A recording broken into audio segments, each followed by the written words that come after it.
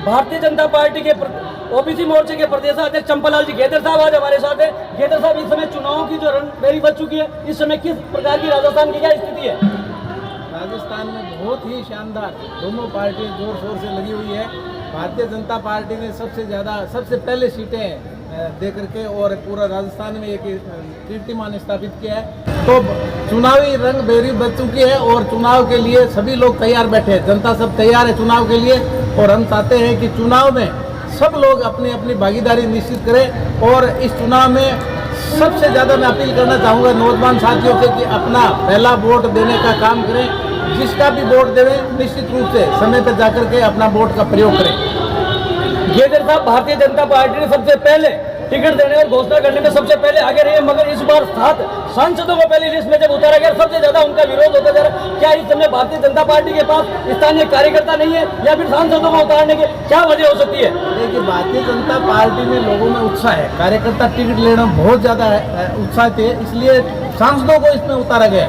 क्योंकि सांसद भी काफी टाइम से हमारे क्षेत्र में सक्रिय है और सांसदों का वहाँ जीतना जरूरी है। कई सांसदों को 7 सांसदों को उतारा गया है। सांसद भी हमारे पार्टी के ही हैं और पार्टी के कार्यकर्ता में देखिए, भारतीय जनता पार्टी में सबसे ज्यादा लाइन लगी हुई है, लंबी लाइन है कार्यकर्ताओं की। भारतीय जनता पार्टी में राज आता दिख रहा है। आने वाला समय भारतीय जनता पार्टी का है, 2023 का राज भारतीय जनता पार्टी बनाएगी, ये जनता का मानस बन चुका है। गेदर साहब, इस समय सांसद जीते हुए हैं और लोकसभा में बैठे और जो नए कार्यकर्ता उत्साहित होकर विधानसभा में जाना चाहते हैं, उन विधानसभा में जाने वाले उन कार्यकर्ताओं को रोककर सांसद में क्या उनका परफॉर्म वहाँ अच्छा नहीं रहा इसलिए उनको विधानसभा में भेजा गया, या वो विधानसभा के जो कार्यकर्ता टिकट के दावेदार है उनकी परफॉर्म नहीं है, उनको भेजने के बजाय सांसद में, ये क्या कारण है? आम जनता इसको लेकर कुछ जानना चाह रही है। ऐसा नहीं है, सभी जो कार्यकर्ता है उनका परफॉर्म सबका अच्छा है, लेकिन फिर भी भारतीय जनता पार्टी चाहती है कि हमारे सांसद भी है वो भी एमएलए बने और जनता की सेवा करें। इसलिए सांसदों को यहाँ लेके गए हैं। सांसद नए सांसद और तैयार हो रहे हैं। 2024 में जो चुनाव होना है उसमें भारतीय जनता पार्टी नए लोगों को और चेहरा बना करके संसद में भेजना चाहती है और इनको अपना प्रदेश में काम लेंगे। पहली सूची में जिन 7 सांसदों को जो उतारा गया सबसे ज्यादा वहाँ इस समय विरोध होता जा रहा है, तो पार्टी को जोड़ने के बजाय बिखरा उसको कैसे जोड़ने की क्या रणनीति है आपकी? पार्टी के अंदर सभी देखो हमारे बड़े बड़े कार्यकर्ता जो लगे हुए हैं, बड़े बड़े पदाधिकारी है, वो इसमें थोड़ी बहुत छोटी मोटी बात होती है, लेकिन सब जगह शांत हो गई। अब ऐसी कोई बात है नहीं। ये तो विपक्ष वाले अल्लाह बोल रहे हैं, ऐसा कुछ नहीं है। सभी पार्टियों में जहाँ भी टिकट बन रही है, कांग्रेस में भी देख लेना आप, इतनी इससे ज़्यादा गुटबाजी है, तो ऐसा कुछ भी नहीं है।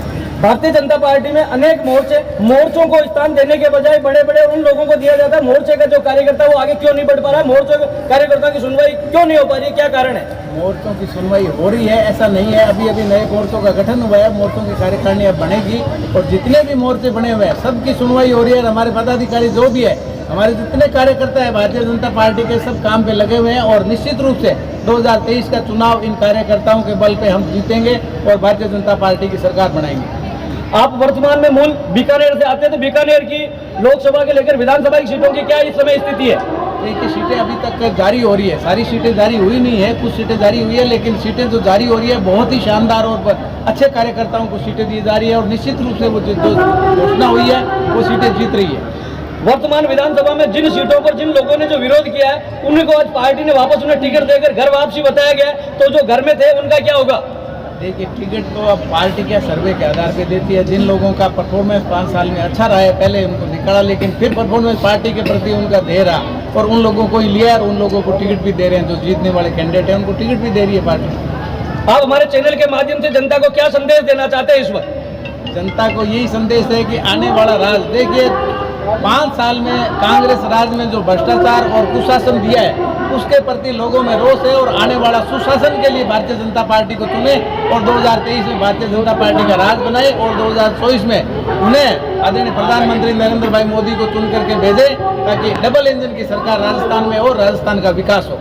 राजस्थान में इस समय विधानसभा में कितनी सीटें आप ला सकते हैं? क्या अनुमान है आपकी? किस प्रकार जीत का क्या आंकड़ा रहेगा? भारतीय जनता पार्टी 130 से 40 सीटों के आसपास जीतने की उम्मीद कर रही है और जनता ने मानस बना रखा है कि इस राज को बदलना है, इस कुशासन को बदलना है। 4-5 साल में जो राजस्थान में कुशासन है, बहन बेटियों के देख लीजिए इज्जत पे, और देख लीजिए कांग्रेस के राज के अंदर कोई व्यक्ति सुरक्षित नहीं है। आप कहीं पर जाकर देख लीजिए, जितना भ्रष्टाचार इस कांग्रेस के राज में हुआ है, किसी राज्य में आज तक नहीं हुआ। इसलिए जनता बदलाव चाहती है और निश्चित रूप से 2023 में बदलाव करके भारतीय जनता पार्टी की सरकार बनाएगी। ये थे भारतीय जनता पार्टी के ओबीसी मोर्चा के प्रदेश अध्यक्ष चंपालाल जी के थे, जिन्होंने कहा कि राजस्थान में आने वाले समय में भारतीय जनता पार्टी की सरकार होगी। भारतीय जनता पार्टी, भारतीय जनता पार्टी चंपालाल जी तुम संदेश करो। बीजेपी जिंदाबाद, बीजेपी जिंदाबाद, बीजेपी जिंदाबाद।